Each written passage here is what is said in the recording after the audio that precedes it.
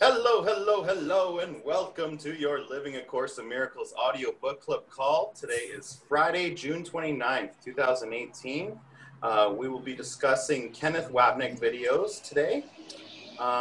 So, as usual, let's introduce ourselves, where you're calling in from, and why you're excited about today's call. I'll go first. My name is Christian Stambry, calling in from Calgary, Alberta, Canada. And I'm excited about today's call because I'm excited to keep reinforcing the Holy Spirit's thought system in my mind. Hi, I'm Langdon Tompkins. I'm ringing from France. 2 o'clock in the morning here, different time zone completely.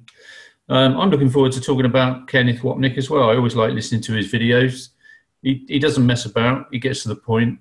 And I think that's what we need in Course in Miracles, really, because it's a big book to read, but clarification needs to be simple, and he does it really well. Absolutely. Thanks, Langdon. Good to see you, buddy. Yeah, you too. Nice to be back. Nice to have you back, Langy. Yeah, nice to see you too. I am Viola. Thank you. I'm Viola Krabs, and I'm in Salt Lake City at Starbucks right now. And we're heading out to a play that our granddaughter's doing here in a few minutes. But we're lucky enough I'm excited to be able to spend a little bit of time with you all and see what you guys got out of the videos. I thought they were very profound, especially one point that I found profound on the third video. So I'm excited to share that with you guys as well. Ooh, I'm really excited to hear about that. Starbucks, hey? You got a Yes. medium roast black coffee for me, please? Sure. Sure. Awesome. All right, now you have to mute, Mom. You have to mute so I can talk. Okay, and this is Jared Krebs, also at Starbucks. I have my mom right there. Oh, wow. And I have my dad right here. Awesome. Hey, Randy. And here's Starbucks. Christian says hi. So we're sitting here at this table. Now you know exactly what's going on. But cool. I'm in Salt Lake City, and I am excited about today's call because I am very scatterbrained right now. A lot of business happening. Haven't read my Course in Miracles for like 3 days. And so I need this call to kind of help me focus back in. And I watched the third video today again, so I'm fresh on that video, but I totally forgot the first 2 videos. So I'm grateful for this call and you guys for helping me continue to refocus. Yes. Well, thank you, Jared. I just want to acknowledge you for being the founder of this call, and I feel like it has definitely changed my life as well. And so thank you. Thank you. Thank you. Thank you for hosting. Anytime, brother. Muscle emoji. Yeah, muscle emoji. Who wants to go next? Name, location, and why you're excited about today's call. Can't hear you, Jared. Linda, it's Linda's turn. Linda, gotta unmute yourself. Okay. Yeah, so I saw the 3 videos. They were great. Well, they told me basically you had to like let go and let God, you know? Let the Holy Spirit and the God of your choice help you make better decisions. You just do like a guided meditation and see what God says, whoever your higher power is, and play it by ear. Absolutely. But you really have to be open and not use the ego in any way. It's going to be hard, I know. I mean, I'm not perfect. Over 24 years clean from cocaine, I mean, I'm not perfect either. Oh, so that's amazing. Yeah, and none of us are, right? And yeah, thank you. So where are you calling in from today, Linda? Lancaster, California. I just came in from a senior bus trip. We went to the Getty Villa out in Palisades Park, California. Very nice out there. You'll love it. Wow. Yeah, I'm really sure I would. As I've said before, if I were to move to the United States, it would be California for sure. So Yeah, if you just want to meet yourself again, Linda, thank you very much. Did Randy introduce himself yet? If he's not going to be on. Okay, sure, no problem. Sounds good. All right, so let's get started with our highlights for the calls. So, for the YouTube videos, Ken's YouTube videos. So the first video is called Asking the Holy Spirit. The second one is called I Am Responsible for What I See. And the third video is called Transforming Darkness and Despair. So what were your highlights from the videos? I'll go first. The asking the Holy Spirit, so forgiveness to destroy. When we ask for something specific, we're just being arrogant. And of course, we've heard all this before, thinking we know what the problem is when we really don't, and demanding him a specific form on how we want him to solve this problem that we think we know. And so asking means decision-making mind, and ask again. We have to ask again to remember who the real teacher is. So that's really where we have to have our focus. That's what I got out of the first one. The second one, I am responsible for what I see, not about what the eyes see. It's about interpretation.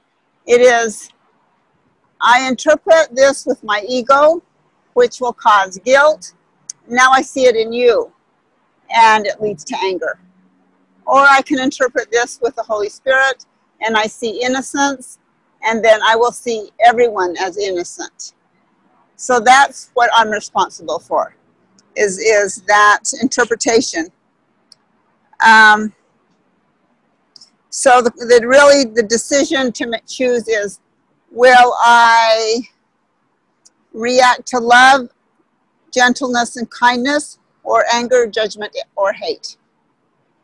I mean, they're so different, but we a lot of times side with the ego and choose the anger, judgment, and hate.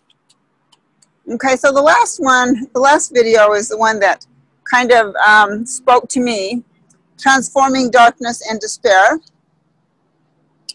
Yeah, yeah, that was a 10-minute long one. All right, so it said here, just do the lessons. You do not even need to believe them. So just do them, and don't fight against your ego, but you want to look at your ego. So be able to look at it without judgment, recognize the temptation to make something different than you. Just look, don't choose the right mind. You'll already realize by just becoming aware. You make no judgments. And it says here, I am so afraid I'm willing to go through this hell. I am so afraid that I am willing to go through this hell I'm going through. We don't need to do anything. We just need to look, wait patiently, and wait to not judge. So forgive yourself when you do the opposite. So I'm afraid of the truth. Don't judge yourself. Acknowledge I'm fearful. In time, your mind will become conscious. Okay, so this was the big one for me. You're taking it seriously, and it's taking power away from you. You're giving it a power it does not have. The ego cannot take peace away from you. Jesus cannot give it to you.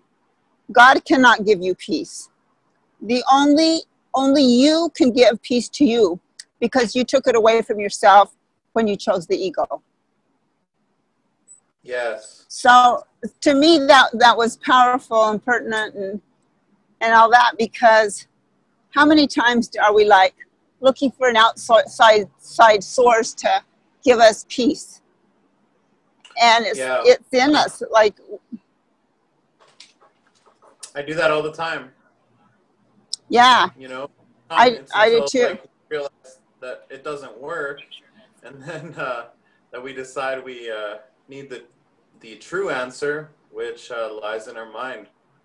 Yeah, we can only give it back to ourselves. Absolutely. Which it would be, really? I could have done that all along, you know? Yeah, I didn't even really think of that. Yeah.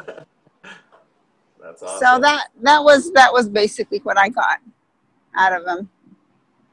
Thank you. Awesome, Mom. I'm going to go next. Okay. Because we're going to hit the road after this. We're going to stay on probably, but we're going to be going down the road. Mom, did you mute yourself? Oh, no. There's an echo if not. Okay, so what I got from video 3 was a lot to do with what my mom told me today. I woke up from working out, or I was about to go work out, and my mom's like, I watched the videos.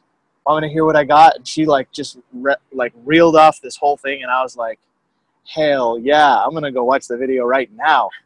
So I rewatched video 3, and what Mom already said it, but forgiveness is still and quietly does nothing. It merely looks, waits, and judges not. Then he gave 3 steps. Number 1, we look, we wait patiently for the fear to abate, and we don't judge.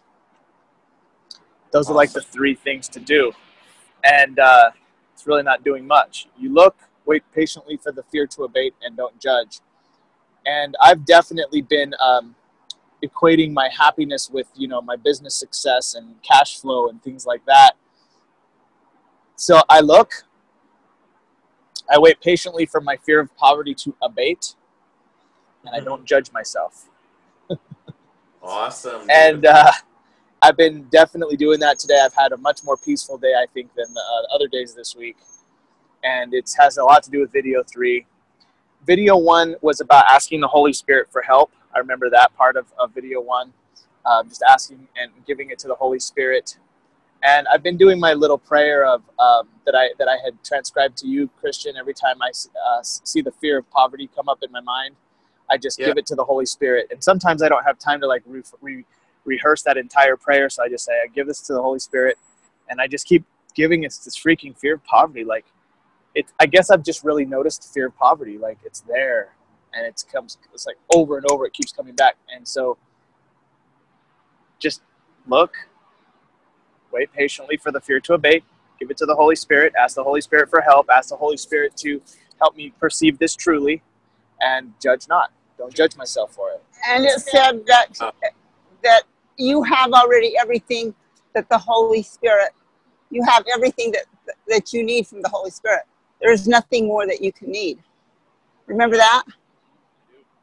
Yeah, that's really amazing. Wow, good job, Jared. Thank you. Gun Thank show. you. I owe it to my mom. Yes, Randy. Yes. Where's Viola's? Oh yeah, flex. Weakness. Her weakness. Reaction formation. So, we gotta start walking. Yes. Okay, so we're gonna start moving. We're gonna stay on the call though. We want to hear Langy and you and Linda and anyone else. Let's go. All right, let's go. Yes, Langdon. Yeah, those are really great highlights. I like everything that you said there. And yeah, I guess I'll go next. So video 1, asking the Holy Spirit. Ken Wapnick starts talking about the Song of Prayer, which is such an awesome pamphlet. I've only read it twice and listened to it twice, so I'm looking forward to delving deeper. But it's interesting how he brought up the Song of Prayer when talking about asking the Holy Spirit. And the Song of Prayer refers to a ladder, and the ladder of prayer, and how kind of at the bottom rungs of the ladder, it's kind of prayer to destroy or forgiveness to destroy, where we kind of ask for specifics. And the top is just basically communion with God. Not that we can't do that already. So, but yeah, I didn't actually write down any of that. So what I did write down was, as we become aware of any negative emotions, thoughts, feelings, to go back as soon as we can to our decision-making mind and realize that our upset is coming from our wrong mind, and then choose again. So it really is a mind game. It's all about the mind. And for asking help, that we remember who we are and who the right teacher is. That would be in our mind. So video 2 is, I am responsible for what I see. And he was saying, like, it's not that you're responsible for like what people do. It's mostly, like Viola was saying, it's your interpretation. Like, perception is interpretation, and projection makes perception.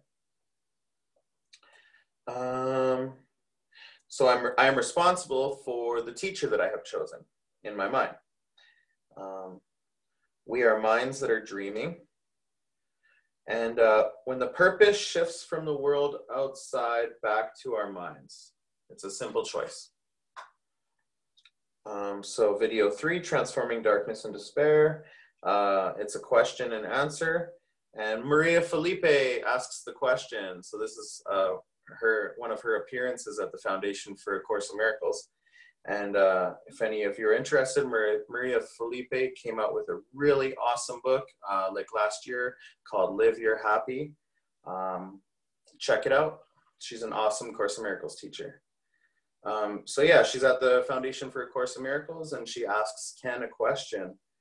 And basically his answer was a part of it. It was a 10-minute video, but what I wrote down was like, when you find you're upset, realize it's not what you think it is. You know, like, I believe it's lesson number 5 in the course. I'm never upset for the reason I think. So realize that when you're upset, it's not what it appears to be. I'm not upset because of what's going on out there. And to shift from mindlessness to mindfulness. Be aware of your split mind. So looking without judgment, like you guys were talking about, so important. That's like already being in your right mind, like observing the behavior in others and yourself. It's really no difference, because anyways, I'm the mind that's outside, and I'm not what I appear to be or what I think I am or what my ego would like me to think I am. I am a mind. And to not judge myself or others for having a split mind. It's healthier, like he said, to just look at our split minds, like, and whether we're choosing wrongly, the ego, or rightly, the Holy Spirit. And just look without judgment. He said, like, write on your underwear, write on the walls, write on your bathroom mirrors, write on your rear view mirrors. Forgiveness is still and quietly does nothing. It merely looks and waits and judges not. So those are my highlights. Who wants to go next?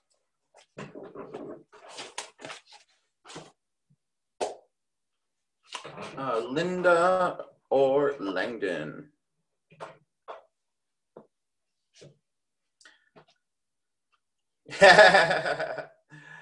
Linda just put Langdon's hand up. Okay, Linda, I got the point. I don't know if I can add very much. That's all right. I'll try. Hey, Langdon, even if you just want to comment, like, add your own little thing, like maybe like to your notes, you know? Well, like, going back to the beginning, I suppose, I scribbled down for the Holy Spirit, the Holy Spirit is the voice for God and is our teacher. Asking Holy Spirit for help is actually wrong. That's what I put. That's not what he said. And Viola really described all of that. Forgiveness to destroy, she also mentioned. Asking for specific help reinforces the illusion. We do not know what the problem is. We ask for help to identify with spirit rather than ego by forgiving our feelings and remember to choose again. That's all I really scribbled down for asking the Holy Spirit for help. I really relate to that because I do that quite a lot during the course of a day. I don't lead a very sort of exciting life exactly, but occasionally I have what I would call wandering thoughts, which I identify and then give to Holy Spirit. And I always see those as an error for the Holy Spirit to correct, which really brings me to I am responsible for what I see. He said about eyes that don't see and ears that don't hear. What we think we see is an interpretation, and because we choose ego usually as a bad teacher, we feel guilty and project it out onto everyone and everything we see, and that comes back at us depending on how into the ego we are at the time. But if we choose, it's like a mirror, right? Like, yeah, what we project out there is in ourselves. I mean, my experience really at the moment is if my mind is really starts to become busy, it's usually ego. Well, it just is ego, and it's stuff comes into my head that's not really necessary. And I usually, once I identify it with the old holy instant, I usually say, Holy Spirit, I don't want to be thinking this stuff. Take it away. And then a few seconds later, it's gone. And I sometimes even forget what it was. It just goes. And then my mind is usually quite calm. I'm still thinking about stuff, but it's generally what I'm doing, not about stuff. It's just important stuff. So we choose Holy Spirit. Basically, ego equates to us feeling guilty about something, whereas the Holy Spirit means we are innocent, and we then extend instead of projecting. So as a result, we start to perceive the world that we're in the illusion of a lot differently. I don't know, it's the same world, but it's not the same world. That doesn't really make a lot of sense, does it? Until you start to experience it. And I am experiencing it. I experience it all the time these days. And then transforming darkness and despair. He just says nothing in the dream works. We've all been there, Well, I had the thing when I was 40. I thought, well, what's the point? The kids are grown up. I've got the mortgage. I've got the business. Now what? Is that it? Yeah. And that must have been my sort of, well, something's got to change moment. And then I end up in France. What was all that about? But it was obviously meant, because my life has been a lot different since I've been here. And now, of course, I discovered Course in Miracles since I've been here. More scribbles. The world we see is a projection of an inward condition caused by ego, the bad teacher. All we have to do is realize that it is not what we think it is. All we need to do is question what we see. Well, I do that, don't I? I put it on Facebook. I don't believe what I'm reading in the papers. Go from mindless to mindful. Do the lessons, whether you like them or not. That was interesting. I've seen people put stuff on, in the group Facebook things where they're doing a lesson and they really don't get it or they don't like it. Well, Ken Wapnick suggests, well, just go on to the next lesson. And I think that's good advice. I did some of the lessons. I didn't get them at all the first time around. But I read them now and they're just beautiful, but they didn't make any sense the first time. And I think you have to read it and then it goes into the subconscious and then the spirit does the rest, Yeah, that's what I was saying earlier. And practicing is like really reinforcing the thought system, and so that the Holy Spirit's thoughts can dominate my mind. Yeah, I don't think some students realize how much the spirit does behind the scenes, quite literally. When you forgive something, they probably expect something to happen when it doesn't necessarily happen straight away. But then something weirder happened 2 days later and you think, oh, well, that's nice. Totally. Recognize that I am so afraid of the love in my mind. And then, as Jared said, forgiveness is still and quietly does nothing. It waits, it looks, it waits, and judges not. And why? Well, there is nothing in the world to be done. Forgive yourself for wanting to do something. That rings very, very strongly with me, because all last year I was trying to do something. And then when I realized that I shouldn't be doing anything, which would almost seem like, well, hang on a minute, let's bury my head in the sand as far as I can go. Things started to work themselves out. I'd actually released everything to spirit, and all my problems seemed to, by miracles, just seemed to sort themselves out, but not in a way I would have ever have planned. And I think that's what goes on, really. Yeah, I had kind of an experience of that earlier today, and basically, someone said, if you feel like you're swimming upstream and it's difficult and stuff, then that usually is the ego, Yeah. Well, that is the ego, and then if it comes kind of easily. Banging your head against walls always nice when you stop, isn't it? Sorry, say that one more time, Lane. Banging your head against a wall, it's always nice when you stop. Oh, yeah. Anyways, it's not a sin to be afraid, but it is silly to feel guilty. And that's really all my notes, really. But good stuff. I always like Ken. Like I say, he doesn't beat about the bush. He gets to the point. And it's just totally unambiguous. This is how it is. Take it or leave it. And that's what the course is, really. So that's me. That's me done for now. Very cool. Juicy highlights, Lang. Thank you so much. Thank you. So Linda, do you have some highlights about the videos that you want to add to your introduction?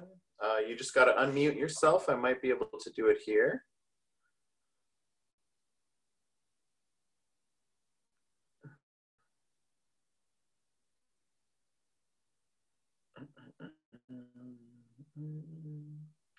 Yeah.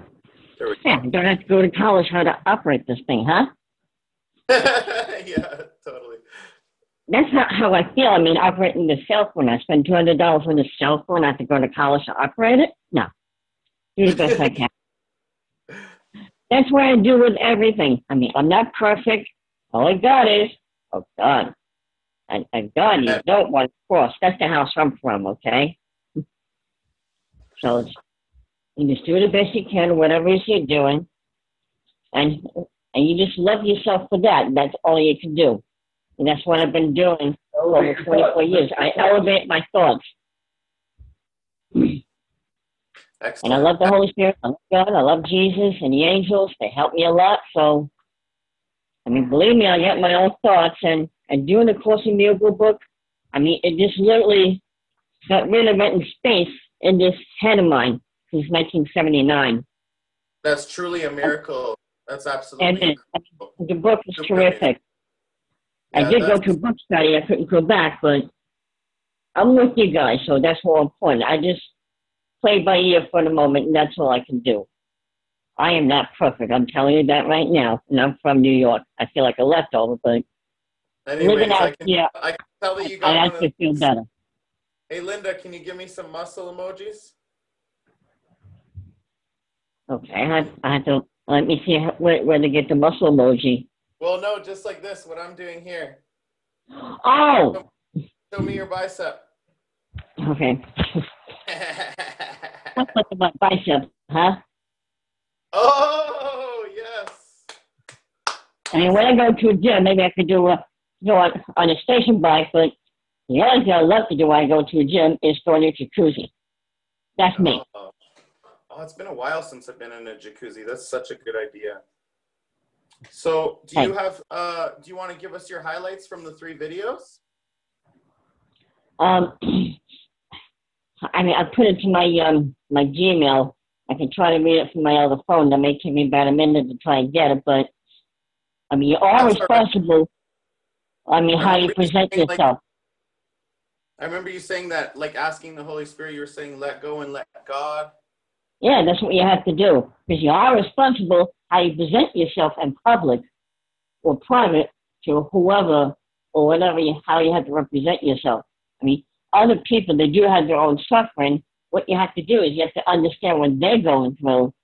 It's like life is like a job interview. Do the best you can and show a good impression, but do the best you can.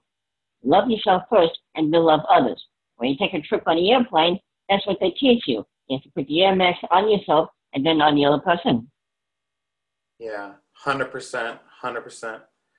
Thank you. It's so important to put ourselves in other shoes and to see that, like he was saying, looking at each other without judgment and knowing that we all have two choices. I'm not perfect. We're going to do it anyway, okay? I'm from New York. I saw this all the time.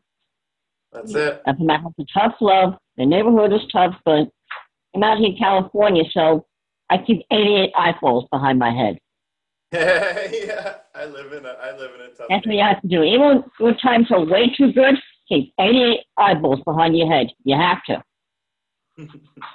I gotcha. Awesome.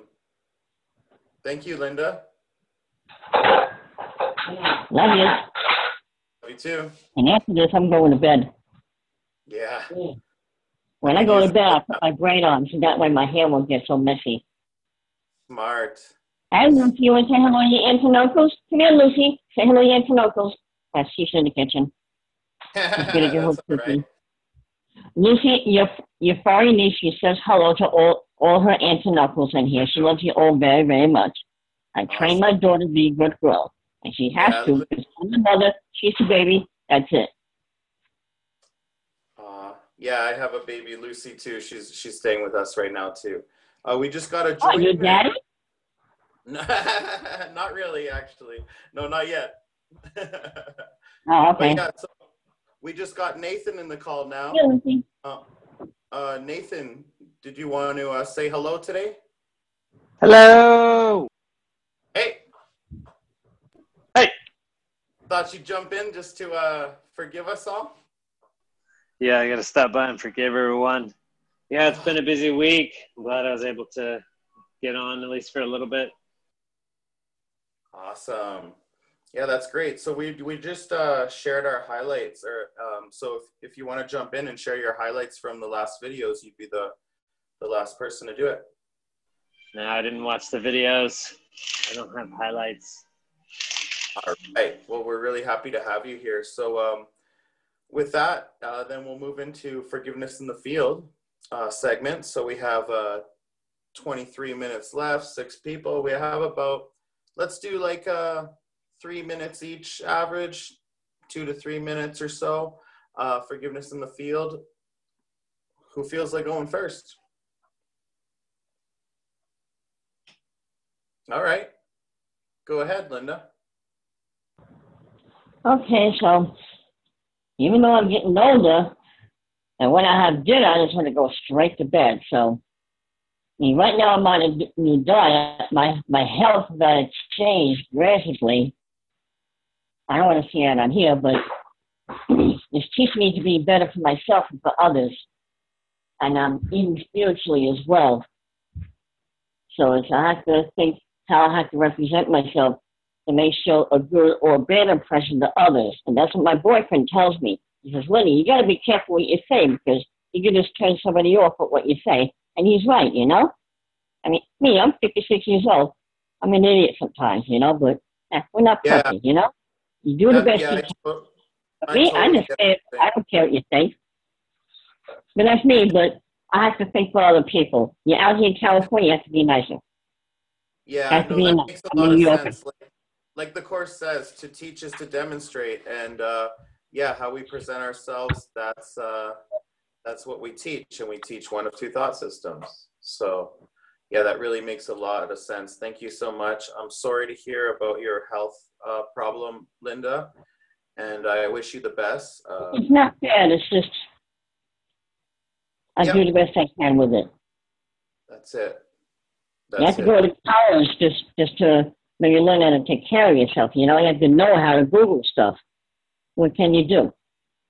Yeah, what we can do is just look without judgment and do the best you can. As always, keep it simple, huh? Yeah, the best you can. Like Bill Wilson about Smith said in 1935. That's it. Thank you so much. And keep it simple the best you can. God loves you, or whoever your God is. You got it. Thank you so much. Yeah, thank you, Linda. Who wants to go next? Forgiveness in the Field. Shall I go next? Take it away. My forgiveness in the field is don't do this at home. Um, I was doing a job in the house. I'm trying to get a bathroom sorted out next to our bedroom. And it's a job that's been going on for some time. And my daughter was over on 3 weeks holiday and she went home on Sunday, and I had an opportunity to connect up the water supply to a basin in the bathroom. And I decided, as there was only one pipe to deal with, I'd do the hot first instead of the cold. I forgot all about the tank being full of hot water. So, yeah, dumb move, really. And the pressure in France is extremely powerful, and the fittings need to be really strong to hold that pressure in. Anyway, I connected it up, and everything was fine until suddenly the pipe flew off the fitting, and I was suddenly covered in some really, really scalding water. Ouch. Yeah, ouch, that's what I said. But I had to then stop the water as well. So the thing was, when I went to do the job, I wasn't really peaceful in mind. I was actually quite fearful, not of getting scolded, just that there would be a leak. So in a sense, I was approaching the job with in an egoic frame of mind. You know, I try and keep to a sort of a spiritual frame of mind these days. But it was only after the event that I realized that, you know, my mind wasn't peaceful about doing the job. Anyway, the first thing I did obviously was sort of first aid. I just got a cold shower and just soaked everything that got scalded with as much cold water in the shower and for as long as I could. And then decided, well, I need to get the job finished. I didn't really think about going to hospital or anything. I forgave what had happened. I forgave the pain, and then just got on and finished the job. Got it all sorted out. And Lizzie mopped up the floor. After being scalded with hot water? Yeah, it was hot enough to make coffee. It was really, really painful, but only for about 5 or 10 minutes at the most. Wow. So after about an hour, I'd finished the job, and I wasn't in any pain at all. And basically all I had on my, well, here, I don't know if you can see that, but I've got quite a nasty little scab just there where the water hit me straight. And then I've got like sunburn here, and I've got a couple of blemishes there, which I don't think you can see. And oh yeah, I can see a little bit. But there's absolutely no pain whatsoever. Yeah, you'd think it'd be so much worse. Yeah, you would, wouldn't you? Anyway, on Monday, I had to go and see a doctor for a medical. And I had to strip off, and he did a full check over. And he never once mentioned, but what's this? You know, because I've got quite a big red arm at the moment. But, yeah, so there was quite a few bits of forgiveness going on there. There was the forgiveness of feeling not happy about doing the job in the right frame of mind. I forgave myself for being a blooming idiot for doing it. I could have done it with a tank full of cold water, not boiling hot water. And basically forgiving the injury and, you know, forgiving it to the extent that it's healing, and the pain was gone almost straight away. I'm sure that wouldn't be what most people would experience. So the reason I say don't try this at home is because I feel fortunate that I've reached a point in my spiritual journey that I can pull that off. I'm not sure everyone could maybe straight away. So I really don't recommend anyone try this at home when start walking on hot stones or anything silly like that, or jumping out of planes with no parachute. But thank you. I'll remember not to do that. That's my forgiveness in the field. Anyway, thank you very much. Thank you, sir. Very cool. All right. Nathan, forgiveness in the field, buddy. If you'd like, or I can go next.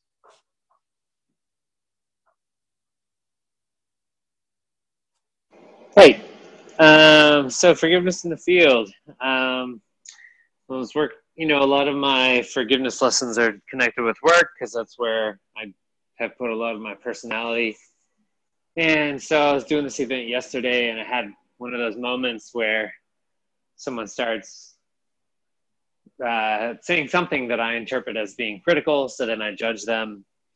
And I had one of those, like, how dare you kind of moments. Like, why don't you do your job and I'll do mine? Yeah.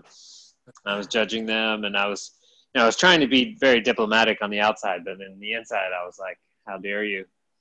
So then after I talked to that person, then a few minutes later, I had to kind of sit down and be like, okay, time to do my forgiveness. And then I did.